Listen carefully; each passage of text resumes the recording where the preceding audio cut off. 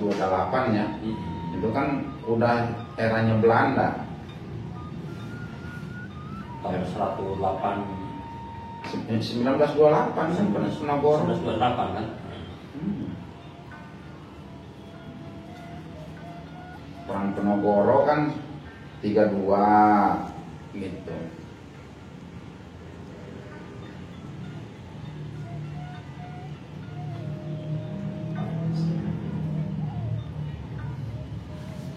Berarti kan Pangeran Diponegoro berarti anak Kesultanan oke nya.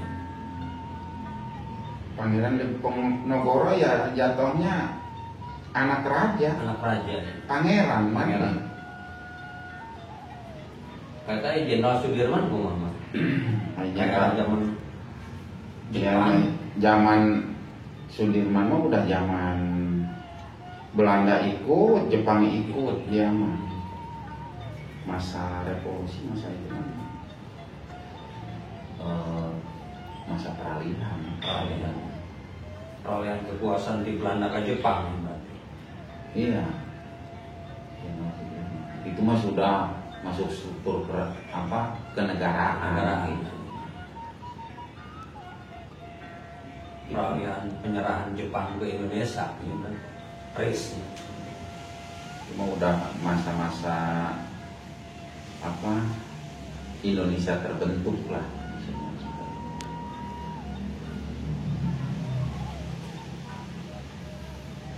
Berarti Presiden Soekarno berarti masih belum jadi menjabat presiden berarti. Ya, belum masih di luar. Kalau administrasi Indonesia ini ya terbentuknya dari elemen-elemen kerajaan di Nusantara ya, menunjuk seorang pemimpin ya secara aklamasi kan, bisa diangkat oleh wakil daerah kerajaan kesultanan atau dia mengangkat dirinya sendiri mewakili.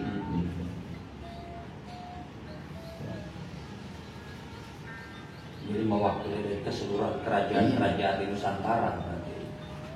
Ya sebetulnya Indonesia ini terbentuk dari berbagai elemen kerajaan kesultanan yang salah satunya Yogyakarta, Solo, Mataram gitu kan, Banten tuh Indonesia ini.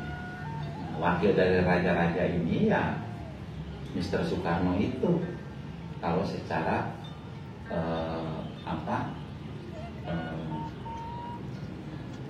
histori perjuangan di Indonesia. Jadi yang dijajah itu ya sebetulnya bukan Indonesia, karena Indonesia belum terbentuk, baru Nusantara saat itu. Menerangkan tuh Nusantara, satu wilayah yang terbentang antara timur barat gitu dengan kontinentalnya jauh sebetulnya. Batas wilayah geografisnya bisa sampai ke Madagaskar sana. Tapi ketika terbentuk yang namanya Indonesia ya Sabang sampai Merauke itu. Gitu. Jadi kalau dijajah 360 tahun, mundur ke belakang 360 tahun belum ada Indonesia.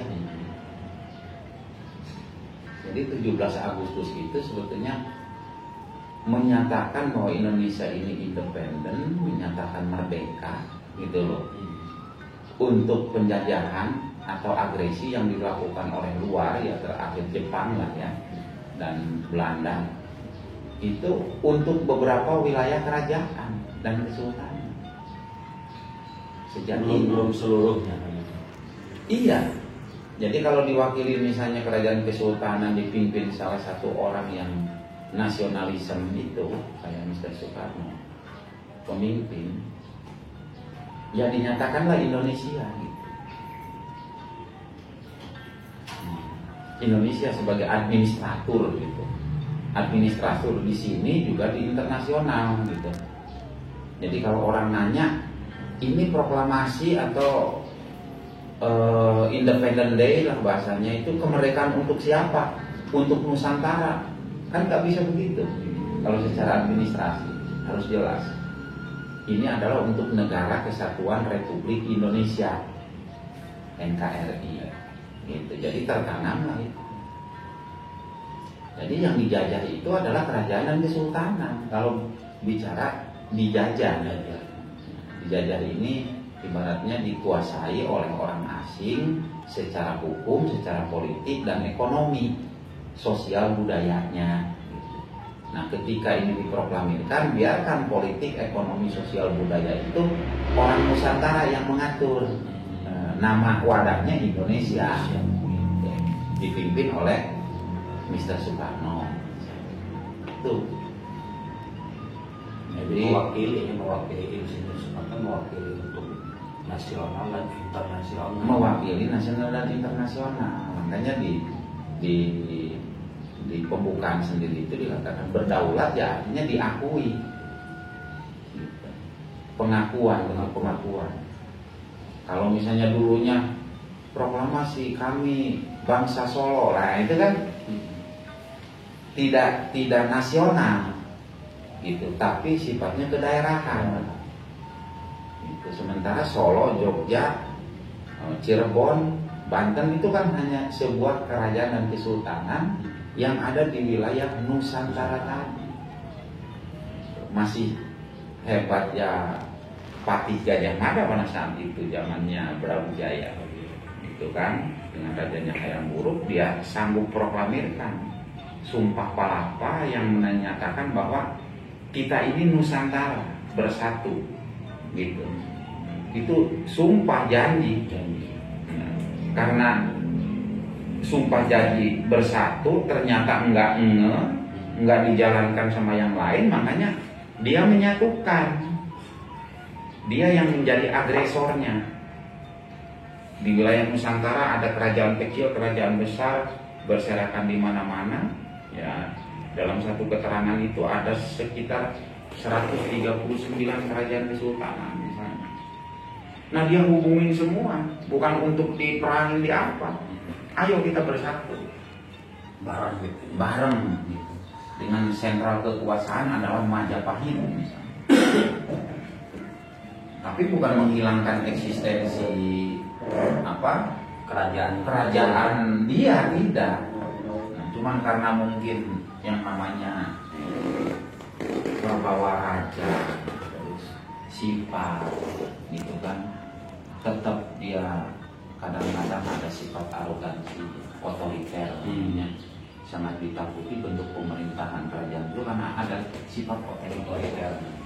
Saya tidak mau tunduk kepada Anda, gitu. Ya itu kan secara pemahaman. Makanya Majapahit ini banyak menundukkan raja-raja di Nusantara dalam rangka proses menyatukan Nusantara. Gitu. Jadi menyatukan Nusantara ini dengan berperang. Lah gimana bisa bersatu katanya kalau dengan berperang? Gitu. Jadi berperang di sini itu bukan untuk ibaratnya memecah belah, terbalik, gitu. Untuk menyatukan pun. Tuh, jadi gambaran-gambaran kayak gitu.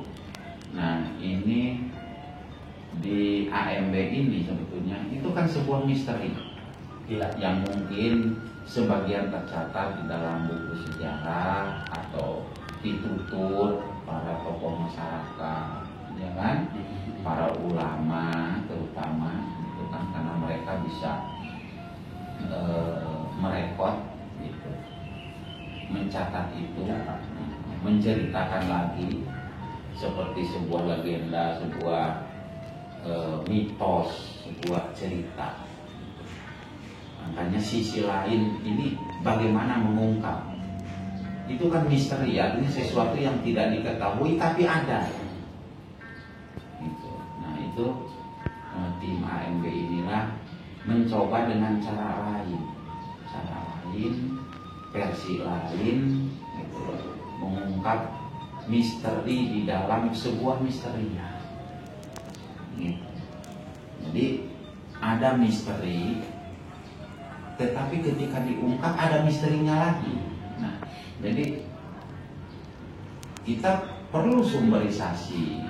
Kenapa kita datangin tempat ini, berdialog dengan beberapa narasumber? Itu hanya untuk mengakurasikan. dari sesuatu yang benar itu akan muncul nanti kebenaran yang sejatinya ini seperti apa.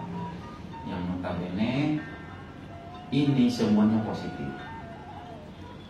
Untuk apa? Agar anak cucu daripada bangsa Indonesia yang notabene isinya adalah keturunan daripada kerajaan kesultanan yang begitu hebat, begitu megah ini sadar bahwa dia ini adalah suatu bangsa yang besar karena terdiri daripada raja-raja, gitu kan? Keturunan raja, gitu. Timbul kebanggaan.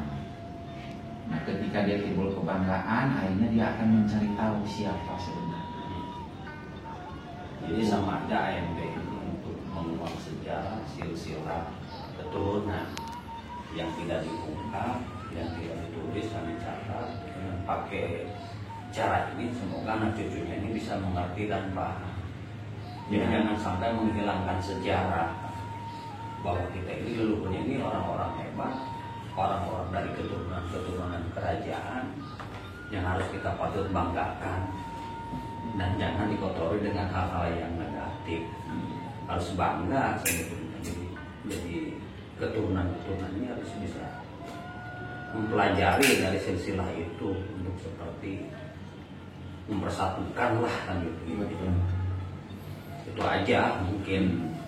Jadi ada satu lagi secara image, secara pemahaman gitu. Yang dilakukan AMB ini mungkin sudah banyak dilakukan oleh mereka orang Indonesia yang lain, baik itu tokoh, anak muda, lembaga ya, seperti Royal Badak Putih itu mungkin sudah dilakukan. Kenapa ada pertanyaan dari salah seorang netizen, misalnya ini kok sama aja lebih cenderung kepada hal mistisnya, gitu kan? Iya. Nah, itu pertanyaan itu sudah dijawab sebetulnya oleh tim AMB secara simultan ya, karena memang itu yang diperlukan oleh tim AMB dalam bentuk koreksi namanya. Jadi ya kita juga tidak sempurna, gitu kan? Menyodorkan ini tidak sempurna, perlu disempurnakan lagi oleh netizen, oleh para follower dan sebagainya, yang notabene mereka mengklik, mensubscribe dan sebagainya, itu tidak sekedar secara ekonomi, gitu.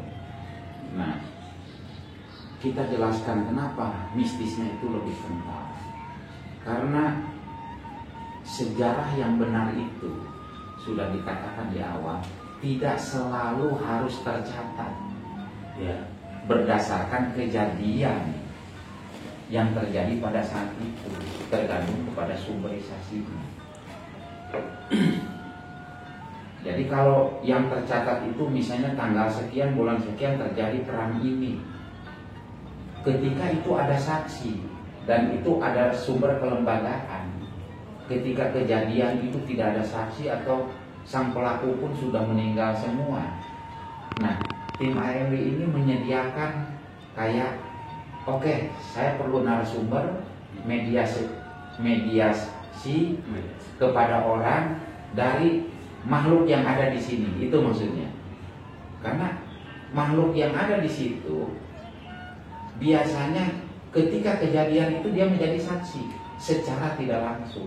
Nah, dari situlah ada satu misteri yang bisa terungkap berdasarkan sesuatu yang tidak tercatat atau tercatat sekalipun. Ada yang mirip, ada yang sama, tapi yang jelas di sini tidak ada kesempurnaan yang hakiki, gitu. Karena ya tetap ini kejadian sejarah. Yang lebih penting adalah kita berbuat untuk bangsa ini ke arah yang lebih baik dalam bentuk bagaimana memahami silsilah cara politiknya, ya, silsilah orang tua kita agar kita ini berbuat lebih baik ke depan. Karena cita-cita mereka ini belum sepenuhnya terpenuhi, belum sepenuhnya terrealisasi, masih banyak PR di Indonesia. Jadi tim AMD ini hanya mengisi mungkin setitik atau sebagian kecil dari bagian-bagian yang lebih besar yang orang lain sudah lakukan. Inilah yang kita bisa perbuat, inilah kita yang bisa sodorkan kepada masyarakat, kepada khalayak ramai. Ini adalah bentuk perjuangan di milenial saat ini. Itu karena ya kita mi indung kawatu mi bapak kajaman kata orang Sunda. Ya sekarang zamannya internet, zamannya teknologi IT. Nah kita isi itu tanpa harus meninggalkan tuh tradisi, adat istiadat, gitu kan, budaya Banten khususnya tempat kita bernaung di sini, pada khususnya juga kesetiaan kita kepada bangsa negara Indonesia yang notabene itu sudah disepakati secara nasional internasional bahwa raja-raja ini pun ada yang memimpin ya. Itu aja sebenarnya. Jadi sekali lagi terima kasih atas like, komen, subscribe ya, terutama komen inilah yang kita perlukan karena itu akan lebih mendewasakan diri kepada tim AMD, terus merubah, membentuk, memperbaiki gitu kan, dalam bentuk koreksi gitu. Ini sebetulnya yang kita perlukan agar nanti akan muncul bentuk satu visual, video dan sebagainya yang ini akan menggantikan buku-buku sejarah gitu, yang orang lain tidak sempat baca, tidak sempat beli gitu. Hanya dengan klik satu tombol saja, teknologi ini kita manfaatkan untuk sesuatu yang positif itu saja. Dan semoga bermanfaat, terutama untuk tim AMD itu sendiri, juga untuk masyarakat. Banyak begitu jadi kira-kira semoga apa yang kita sodorkan ini satu menghibur, dua memberikan hikmah dari hasil tontonan ya, hikmah baik kepada yang mempertonton atau yang menonton dan kemanfaatan untuk di sini dan di akhirnya. Demikian yang saya bisa sampaikan. Semoga artinya AMD atau yang lainnya ini mulai dari hari ini bisa lebih baik lagi, bisa lebih maju lagi dan lebih dewasa lagi. Terima kasih Hakim itu sudah memberikan keterangan-keterangan yang sangat simpel, mudah dimengerti. Semoga bermanfaat buat para sahabat Album Misteri Banten, walaupun dengan cara ngobrol seperti ini. Intinya kami dari tim Album Misteri Banten dan saudara-saudara kami ini mengingat sejarah. Jangan sampai anak cucu kita itu kehilangan arah. Kalau kita ungkap dengan lewat mediumisasi ini, semoga memberikan inspirasi, motivasi, biar semangat bahwa bangsa negeri Indonesia ini ternyata sangat luar biasa. Terima kasih. Cukup sekian dari kami obrolan dengan Hakim Midun. Kami dari tim Album Misteri Banten mengucapkan terima kasih. Assalamualaikum warahmatullahi wabarakatuh. Album Misteri Banten mantap.